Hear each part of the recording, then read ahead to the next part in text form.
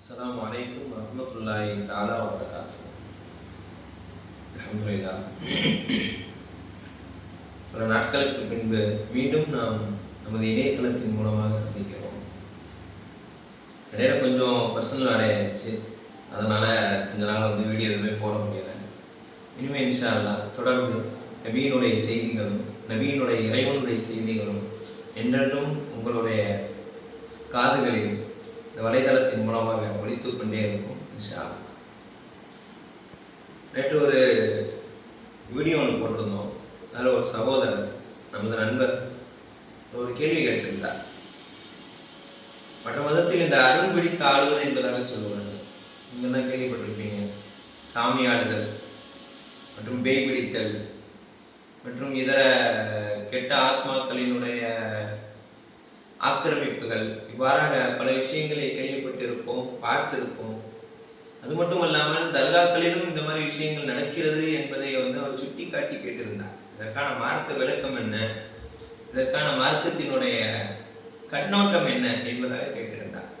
இந்த அடிப்படையிலே நாம் அண்ணல் பெருமானார் ஸல்லல்லாஹு அலைஹி வஸல்லம் அவர்களினுடைய வாழ்க்கையாக இருக்கட்டும் அல்லது திருக்குர்ஆனினுடைய வசனங்களாக இருக்கட்டும், அதிலிருந்து நாம் பார்க்கும் பொழுது பொதுவாகவே அல்லாஹ் தஆலா தன்னுடைய அருள்மறையாம் திருக்குர்ஆனிலே சொல்லும் பொழுது வமா ஹலக்துல் ஜின்ன வல் இன்ஸ இல்லா லியஅபுதூன் என்கிற வார்த்தையை இறைவன் குறிப்பிடுவான்.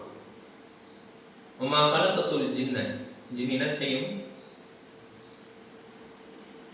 வல் இன்ஸ மனித இனத்தையும், இல்லா லியஅபுதூன் தன்னை வணங்குவதற்காக அன்றே நான் படைக்கவில்லை என்கிற ஒரு வார்த்தையை இறைவன் தன்னுடைய அருள்மறையாம் திருக்குர்ஆனிலே குறிப்பிட்டு காட்டுகிறான்.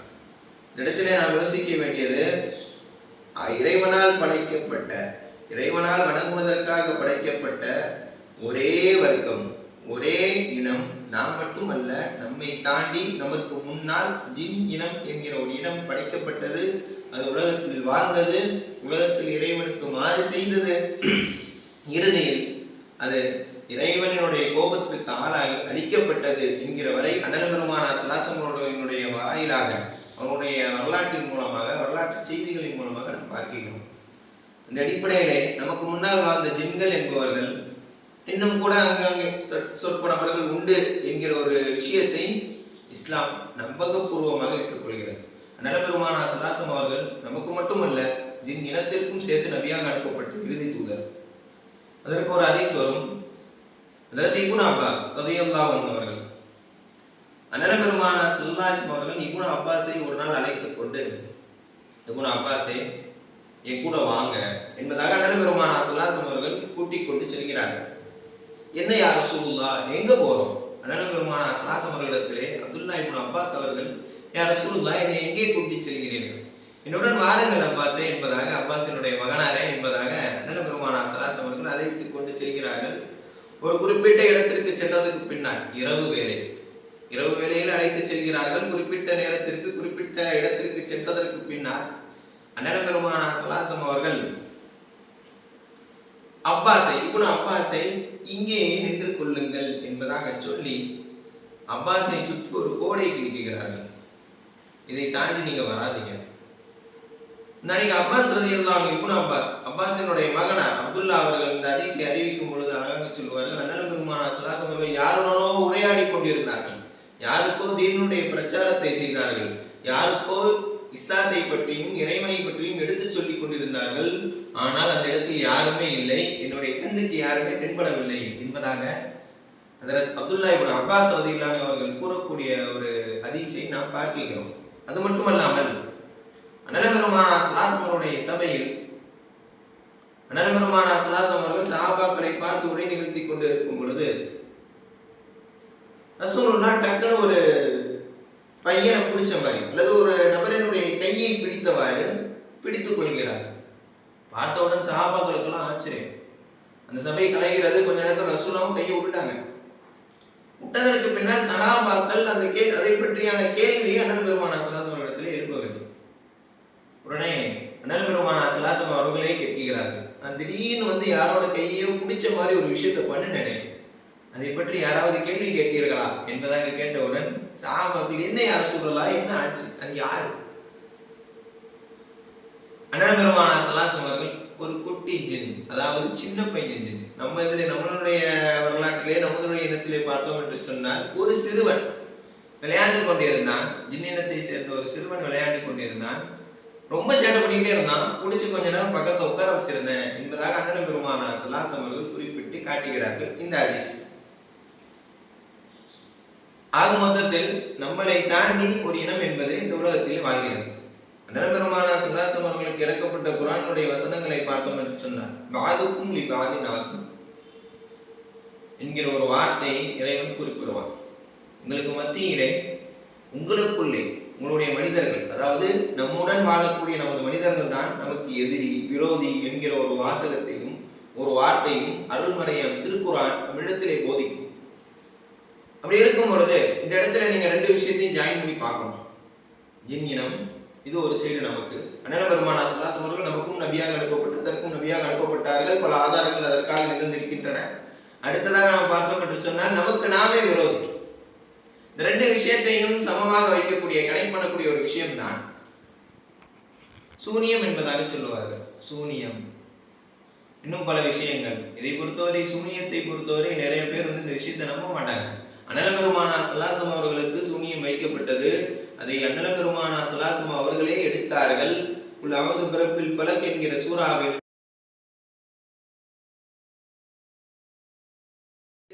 பெண்களை விட்டும் பாதுகாப்பு தேடுங்கள் என்கிற ஒரு வாசகத்தை இறைவன் தனது அருள்மறையான திருக்குர்ஆனிலே குறிப்பிடுகிறார். இவ்வாறாக சூனியம் வைக்கப்பட்டவர்களுக்கு, ஜின்களினுடைய, கெட்ட ஜின்களினுடைய, இறைவனை மறுத்து, இறைவனை எதிர்த்து, இறைவனுடைய மார்க்கத்தை எதிர்த்து, தூதரை மறுத்து எப்படி மனிதர்களில் காபீராக, ஷிர்க்குவாதிகளாக, இணை வைப்புவாதிகளாக, எப்படி மாற்று மதத்தவர்களாக வாழ்கிறார்களோ அதே போல் ஜின்களிலும் பல மதங்களில், பல மாற்று மதங்களில் இறைவனை மறுத்து, இறைவனுடைய தூதரை மறுத்து, தூதரினுடைய கொள்கையை ஏமாற்றி கொண்டு வாழக்கூடிய கெட்ட ஜின்களும் இருக்கின்றன. இந்த ஜின்களின் மூலமாக ஏவிவிட்டு, இந்த ஜின்களை கொண்டு மனிதனுடைய வாழ்க்கையை கெடுக்க வேண்டும் என்பதற்காக சூனியம் என்கிற ஒரு விஷயத்தையும் வைத்து, அல்லது பலதரப்பட்ட இரத்த காட்டேரி என்பதாக சொல்லுவார்கள். நீங்கள் அந்த தமிழில் இருக்கக்கூடிய எந்த ஒரு விஷயத்தை வேண்டுமானாலும் எடுத்துக்கொள்ளலாம். இது அனைத்துமே சைத்தான்களினுடைய கட்டுக்கோப்புக்கு கீழ் வரக்கூடிய விஷயங்கள். இப்படிப்பட்ட விஷயங்களினால் தாக்கப்படுகிறார்கள். அடுத்ததாக அவர் கேட்கக்கூடிய கேள்வி என்னவென்று சொன்னார், எனது நண்பர் ஒரு முக்கியமான ஒரு விஷயத்தை குறிப்பிட்டு கேட்டார். இப்போ பேய் பிடிச்சி ஆடுறாங்க, அப்படி ஆடும் பொழுது அவங்களுக்கு தெரியாத ஒரு மொழியை பேசுகிறார்கள். இப்போ உதாரணத்துக்குங்க, இப்போ நான் இருக்கேன், எனக்கு தமிழ் தெரியும், ஆங்கிலம் கொஞ்சம் கொஞ்சம் தெரியும், அடுத்து உருது தெரியும், உருது மசாலா போனதுனால கொஞ்சம் கொஞ்சம் படிச்சுக்கிட்டேன். அடுத்ததாக இதை தாண்டி கொஞ்சம் மலையாளம், ஏன்னா நம்ம இந்த தென்காசி சைடு வாழ்றதுனால, தென்காசியினுடைய அந்த மேற்கு தொடர்ச்சி மலை, இதனுடைய கேரளாவினுடைய அந்த பருவ காற்று மேற்கு தொடர்ச்சி மலையை தாண்டி அதனுடைய உச்சியிலிருந்து கீழே இறங்கி கடையநல்லூர், புளியங்குடி வழியாக நம்ம ஊரை டிராவல் செய்கிறது. அதனால இங்கிருந்து அங்கே கொடுக்கல் வாங்கல் அதிகமாக இருப்பதின் காரணத்தால், இன்னும் போக்குவரத்து இங்கிருந்து அங்கே செல்வது வருவது போக்குவரத்து அதிகமாக இருப்பதின் காரணத்தால் கொஞ்சம் கொஞ்சம் மலையாளம் தெரிந்திருக்கிறது.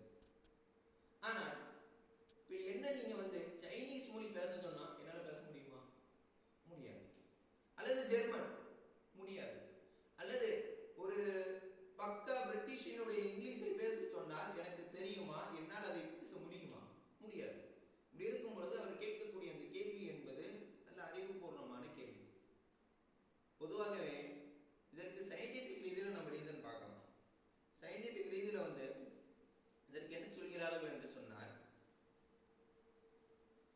இதுக்கு ஆழ்மனதின் வெளிப்பாடு என்பதாக சொல்கிறார்கள். கிரிப்டோமன்சியா, கிரிப்டோமன்சியா என்கிற பெயரை குறிப்பிடுகிறார்கள் அறிஞர்கள், சயின்ஸ் அறிஞர்கள் குறிப்பிடுகிறார்கள். உலக ஆராய்ச்சியாளர்கள் இதற்கு வைக்கக்கூடிய பெயர் கிரிப்டோமன்சியா. அதாவது ஆழ் மனதில் பதிந்திருக்கக்கூடியது ஒரு கட்டத்திற்கு மேல், ஒரு அழுத்தத்திற்கு மேல், ஒரு கஷ்டத்திற்கு மேல் நம்மை தாண்டியும் வெளியே வந்துவிடும்.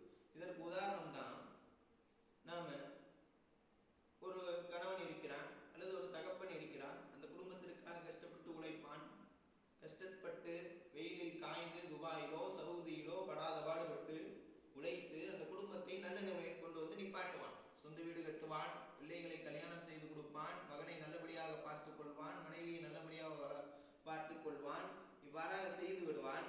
இறுதியில்